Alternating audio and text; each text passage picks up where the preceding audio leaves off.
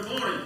Good morning. So I don't know if you can read my shirt from way back there. It says, that's too much bacon, said no one ever. Yeah. And so every Sunday from now until Camp Bacon, I'm going to wear a bacon shirt. Just so you know. And so that's to get you motivated for Camp Bacon. I want you motivated for Camp Bacon. I want you to invite everybody you know. And if you know people who have kids, we want you inviting them, right, Jeff? We put 80 kids in camp, and I would like to have 80 kids. We got 22, so we're on our way.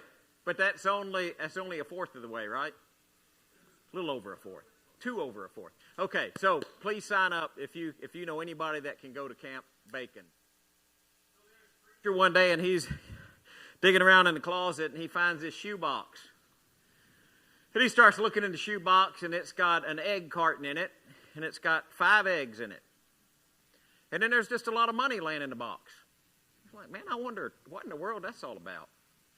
So his wife comes in a little later, and he says, hey, honey, you know anything about this box in the closet? It's got 5 eggs in an egg carton and a bunch of money. She said, oh, yeah, I know about that. And he said, well, you mind explaining it? And she said, well, I thought when we got married that what I would do is I'd put an egg in there for every sermon you preached that wasn't any count. And he got to thinking, he thought, man, he said, we've been married 20 years. Hey, but 5 eggs in there. He said, pretty good. And he said, well, what's the money? She said, every time I got a dozen, I sold them. And that's where the balloon of pride gets pricked by that kind of straight pin to the heart. Respectable sins. And pride. Pride is one of those that, I don't know that we call it a respectable sin. It's just one that we tend not to recognize as much sometimes. So I wanted to read a couple of verses to you. Luke 18. To some who were confident of their own righteousness and looked down on everybody else, Jesus told this parable. 2 men went up to the temple to pray. One was a Pharisee, and one was a tax collector. The Pharisee stood up, and he prayed to himself.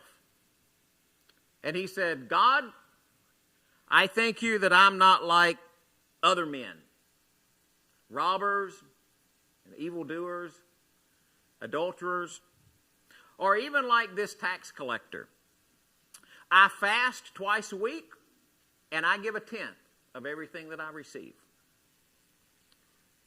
But the tax collector stood at a distance, and he wouldn't even look up to heaven. But he beat his breast, and he said, Lord, have mercy on me, a sinner.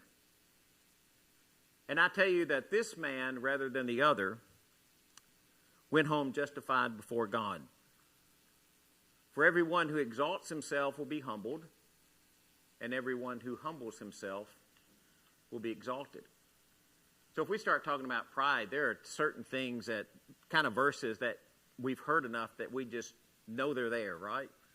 Like this one, pride goes before destruction and a haughty spirit before a fall. Most of us could probably quote that. Have you ever driven down the interstate and you've seen a sign and at the bottom it just says God?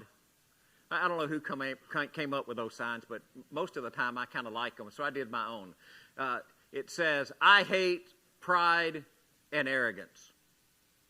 And you just put God on it because that's what God says. So when you start looking at things like that and you start thinking about pride, most of us would say, well, I don't really have pride. I'm not a prideful individual. But saying that we don't have pride might be the most prideful statement of all. Because most of the time, people who have pride are the very ones that are the very last to recognize that they have pride. And you have to be careful with the word because in the English language, the word pride has several different meanings. For example, you might say to somebody, you might have even said this to your kids, or you might have said it to a coworker, you might have had a grandparent even say it to you, which I have, and it's a statement that says, well, you take pride in your work.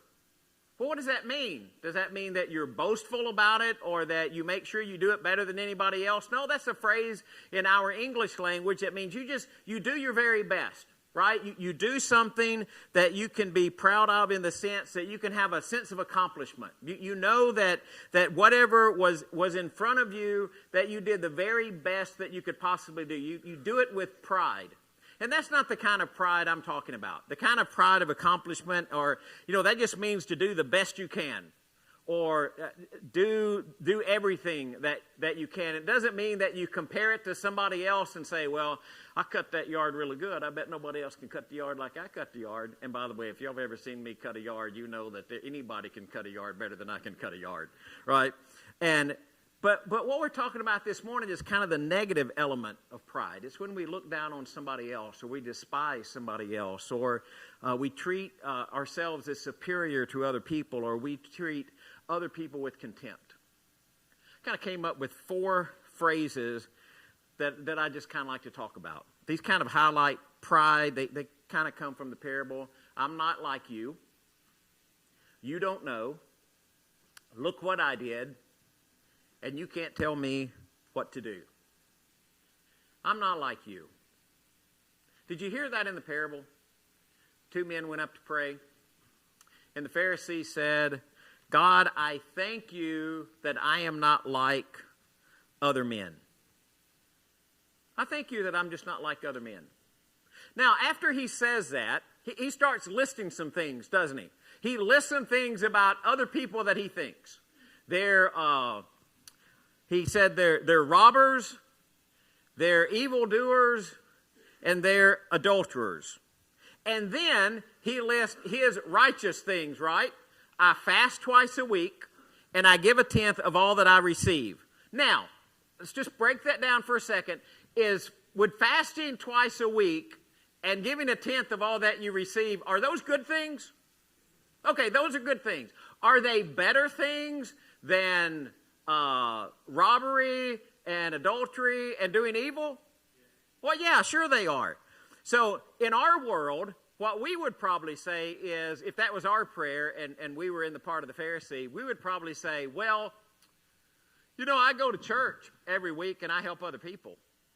Because that's kind of become the thing for our society to say. I can tell you how many funerals I've been to, and I'm talking to them about the person I'm doing the funeral about, and many, many times the thing that comes out of their mouth is not that he believed in Jesus, or he did this, or he said, well, he was baptized when he was a kid and he helped others.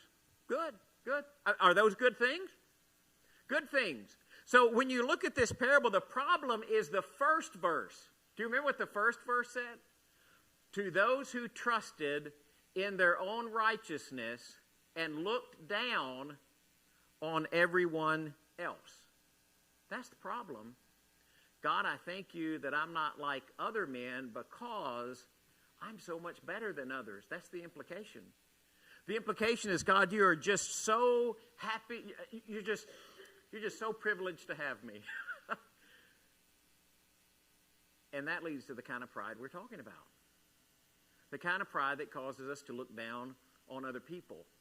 So we might ask, well, how do you overcome that? I think there's 2 things we need to remember. The first one is a statement Jesus made in Luke 17.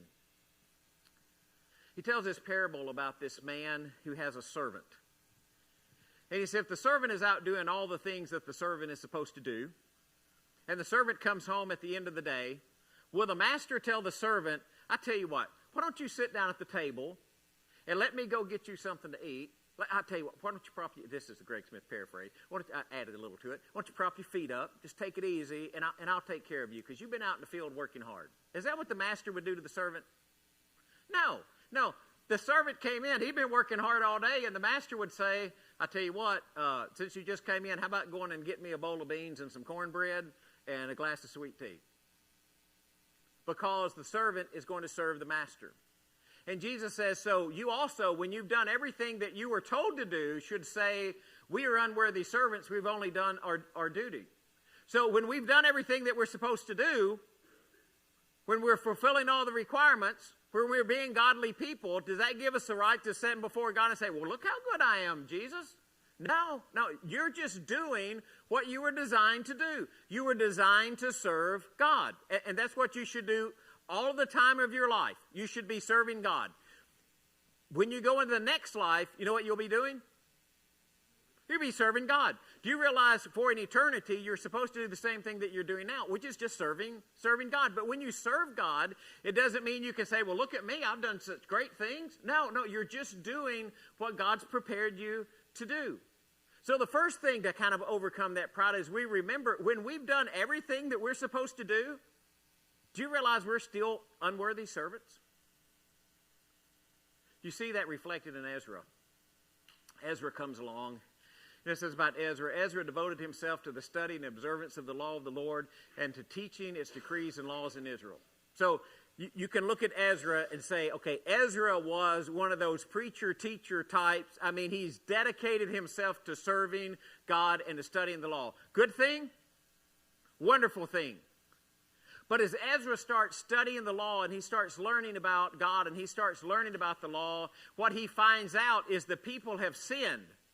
So when he goes and he prays to God, he says, oh my God, I am too ashamed and disgraced to lift up my face to you. My God, because our sins are higher than our heads and our guilt has reached to the heavens. One of the things that Ezra was able to do is Ezra was able to identify himself with the group of people that he was living with. Much like when Isaiah sees God sitting on his throne. And he says, woe to me, for I am a man of unclean lips, and I live in the midst of a people of unclean lips. And one of the things that we need to do to overcome that kind of pride is realize that whatever society is as a whole, we're part of that society. We should be going before God and saying, God, I'm ashamed of what we've become. Look at the world that I live in. Look at the people who surround me. And it's not that you're better than they are. Well, you need to realize you are one of them. We're all unrighteous before God. Now, thankfully, because of our relationship with Jesus, God has forgiven our sin through Jesus and through his blood. But can't God do that for the rest of humanity as well if they will turn to him? Of course they can. So we don't look down on other people. We begin to identify with other people and realize that whatever people are going through in their life, wherever they are in their spiritual walk, at one time we have been there just as well. So everyone who exalts himself will be humbled, and he who humbles himself will be exalted. Another way pride comes across is we just say, well, you don't really know. Now, I'll be honest. We see this one in our world all the time. This is, to me, one that I recognize more than a lot of others. We see it in the political realm, where one group will say to another group, well, the reason you don't agree with us is you just don't know enough to agree with us. If you knew as much as I knew, then you would know that your way is not right. And we see it in all kind of walks of life. You see it in theology, don't you? Where we argue and we fuss and we say, well, you know, it's because I know, and if you knew as much as I knew, then you would agree with exactly what I have to say. And there's a humility that's lacking in that. There's a humility of learning from someone else. So you go to 1 Corinthians 8. They have this interesting little problem in the church in Corinth. And Paul says, love builds up, but knowledge puffs up. You remember the guy that found the box, the preacher that found the box in the suitcase? I mean, in the closet? Doesn't get puffed up. So what's happening in 1 Corinthians 8? Well, they have this interesting thing going on with where you can buy meat. And I know it's kind of strange to us because we can't really understand it, so we'll try to put it in modern terminology. Let's say we get a new store down here in Pleasant View, and they opened up, and I don't know what the name of the store is, but they're going to sell special meat. And what they're going to do is they're going to sell meat that they have gotten out of Nashville that's been dedicated to something that we don't believe is God. But they're going to sell it cheap. So you can get steak for $9.99 a pound if you go to the grocery store, but if you go down this little store, you can get it for $2.99. Like, well, that's a pretty good discount, isn't it? I think I'll go down there and get me some of that. So I go down there and get me some $2.99 steak. And you're sitting in the church and you're saying, hey, now, wait a minute, Greg, you bought that $2.99 steak down there, but you know, that thing was dedicated to that thing that they call God that's not really a God. You ought not to be buying that. And I say, well, you just don't know. What you don't realize is what they call a God is not a God at all. It's just nothing. It's one of those things that God talks about in the Old Testament, those idols that can't speak or talk or walk. They're just a piece of stone or wood, and it means absolutely nothing, and I'm going to buy my $2.99 steak. And you go buy your $9.99 steak, but I'm getting my $2.99 steak. And what happens is I'll end up destroying your faith because I think I'm smarter than you are. And I'll hold it over your head. And you say, well, Greg, we'd never do that in the church. We won't do things like that. Oh, but we do. We argue over which book is better than another book, or which version of the Bible is better than another version of the Bible, or how many cups we use when we take communion, or what kind of songs that we sing, or, you know, are they 4-part harmony, 1-part harmony, everybody sing the same part, and we just argue, and we say, well, if you just knew as much as I knew, you would just know. And then we get to where churches, and thankfully, as far as I know, not this one, so yeah, clap for that. They fight over all kind of opinions and ideas and thoughts because some people just don't know as much as some people else know. And all of that stems from the pride of saying, well, you just don't know because you don't know as much as I know. So when you look at that kind of pride, these are the kind of questions. Do you think your opinion's the only one? Do you think your opinion's the only one? Does everybody have to think exactly like you think for them to be right? Can they think differently? Can they have a different idea of a Bible verse? Can they have a different idea of how something happened? Can they have a different theological point of view? Are you willing to learn from other people? I mean, you start to read something and somebody disagrees with you. Do you just shut the book and say, well, they don't know what they're talking about? Or do you read it and try to learn something from it? Are you willing to engage with people who think differently than you think just because sometimes you can learn something from that and you try to glean information? Are you so prideful that you shut everybody else out? Diane and I had an opportunity to go to Cane Ridge one time. And Cane Ridge is where Barton W. Stone and Alexander Campbell came together, and there's a big gospel meeting there. I mean, we'll talk about that sometime. Charlie, I know, has been there. Diane, I think Diane took my picture in the pulpit. I thought that was kind of cool. But you go outside the church building, they got this little museum. And the little museum's really cool. It's got old things in it. And in a really unpretentious way, they have this quote from Barton W. Stone just kind of on the wall. And if you don't look good, you'll probably miss it. But I think it's one of Barton W. Stone's greatest statements, because Barton W. Stone was all about uniting Christians just on the Bible itself, right? Let's get rid of all the creeds and ideas. Let's just read the Bible. Let's all be Christians and just follow what the text says. And he said, Christians cannot unite on the one divine creed, the Bible itself, while opinions of that book are made test of Christian fellowship. So, do I reject you because you don't think exactly like I think? Or am I so prideful that I can't learn from you or look at things from a different perspective? Those are the kind of things of pride that destroy churches. Then there's this idea, go back to the Pharisee, look what I did. Boy, just look at me.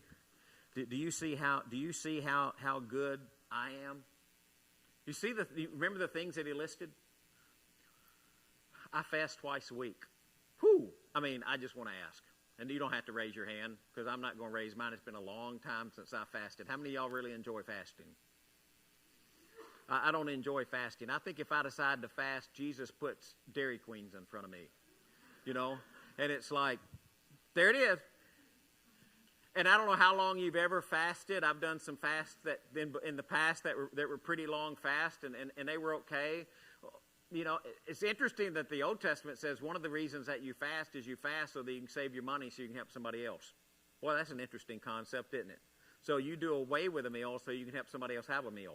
Boy, that would be kind of life-altering if we did that sometime, wouldn't it? You just try that one day. But he says, look what I did. Look how good I am. Look at all the things I'm doing right, Jesus.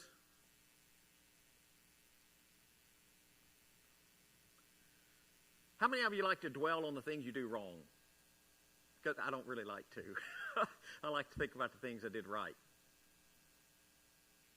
But do we have any reason to boast before God about all the things that we did right? No, not to boast.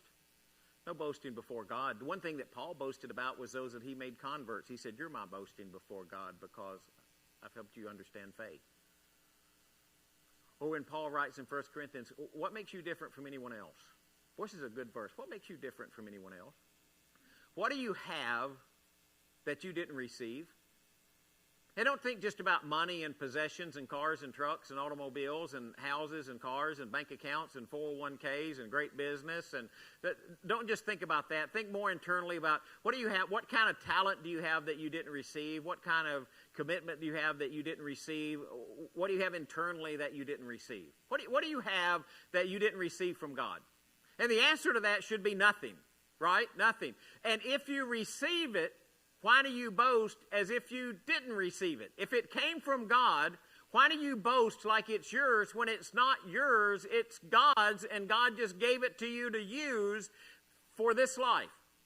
So if you have something that you're good at, and some of you are good at different things, right? Do we have different talents here? I didn't ask JR if I could do this, but I'm going to do it anyway.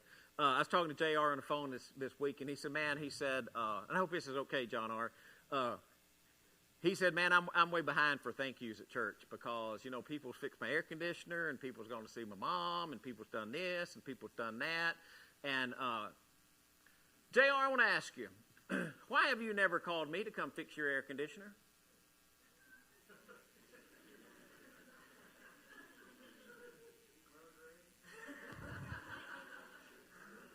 Do you think there's a reason JR has never called me to fix his air conditioner?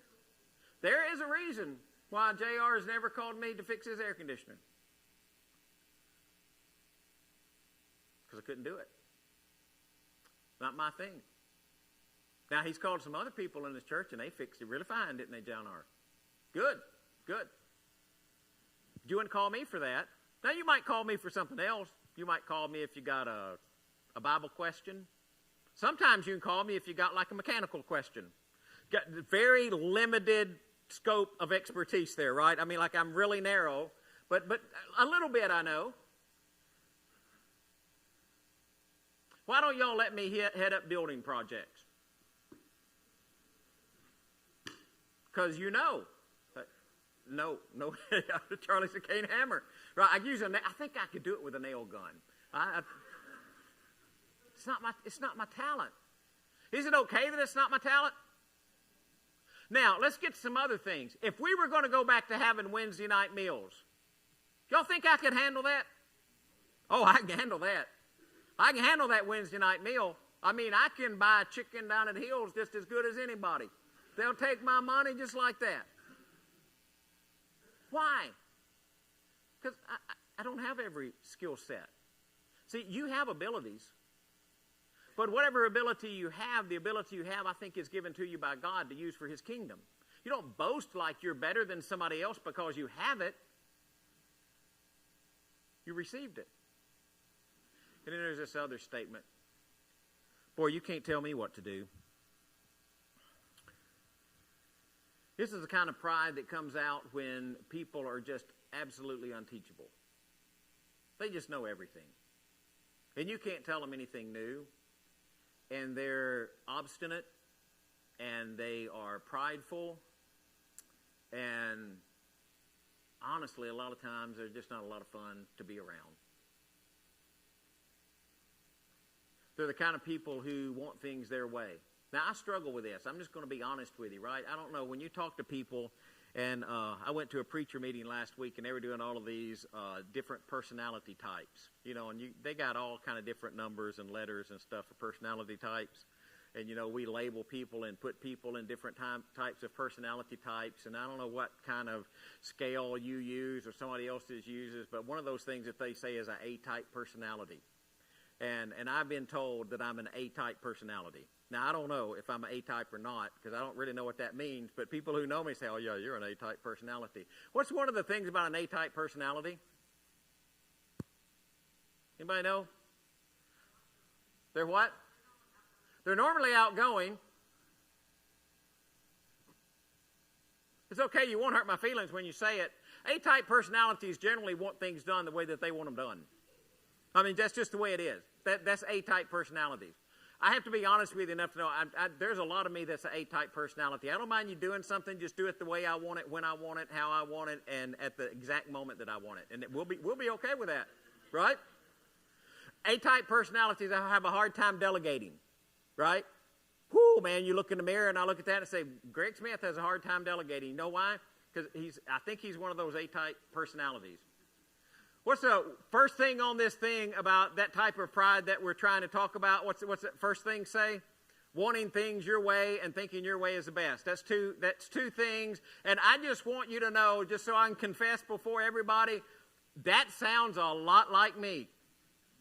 Right? I want them the way that I want them done, and I think my way is the best, because if I didn't think my way was the best, I'd think something else. Right? Just like having an opinion. You know why I think my opinion is the best? Because it's my opinion. And if I thought something else was better than my opinion, I'd have a different opinion than I have. But I don't have a different opinion. I have this one. So that one must be the best because it's the one that I have. And y'all laugh at me because every one of you think the same thing. You think your opinion is the best, because if you didn't think your opinion was the best, you'd have a different opinion. So when we get to talking about something and I have one opinion and you have another type of opinion, guess what? We're both sitting there looking at each other thinking, well, I know better than he knows about how to do it. And I don't want to pick on John R. Merritt this morning because I've already picked on him. But John R., how many times have you and I just gone like that because both of us thought that we had the best idea, because he's almost that type of personality just like I am. And boy, JR and I can do like this, can't we, JR? I love him like a brother, but I can fight with him like a brother too. Wanting things your way, thinking your way's the best. But then understanding pride and being humble enough to step back from that sometimes and saying, you know what? Maybe my way is not always the best. Do you if you have any opinions now that you didn't have 10 years ago? Or 15 years ago? Or something that you thought was right at one point in your life, and now you look back at that and say, well, I probably shouldn't have been so judgmental about that, or so, maybe even so passionate about that, because I've realized things can be different. I've learned something new. So what do we do with this pride? Well, we have to take that pride and we have to replace it with humility. And we do that by, number one, recognizing that, you know what, we're pretty much like everybody else. There's no reason for me to be prideful over somebody else, because I don't want to bust your bubble, but we're all sinners. Some of us are just saved sinners because of the grace of Jesus. We look out into our world, and we look at the way things go, and we look at the way people and what they say, and we realize, what we know isn't always the best sometimes, but we need to humble ourselves and learn from other people and be careful in how we say different things. We step back and we say we don't take pride in the things that we've done. We realize that whatever gift we have is ultimately God's gift that he just gave to us to use. And we have some pretty incredible gifts. Some of you have really, really incredible gifts, but God gave other people incredible gifts that are just different than your gifts. And then we have humility to understand that we can always learn from someone else. And we would say, we're not prideful people. But if we're really honest with ourselves, I think a lot of times we can recognize that pride in ourselves. Take that pride and replace it with humility. I can't think about that without thinking about what Jesus did, who being in the form of God did not consider equality with God something to be grasped. But he made himself nothing, taking the form of a servant, becoming like one of us, so that he died on the cross, not for himself, for us. The creator of heaven and earth took form of a man to die on a cross in humility, not because he needed it, but because you needed it. And if we all reflect the humility of Jesus, then our lives will be consumed with making other people's lives the best they can possibly be. And that is absolutely the opposite of pride. It's humility. So be like Jesus. If you need to respond in some way, I'm going to ask you to do that while we stand and sing.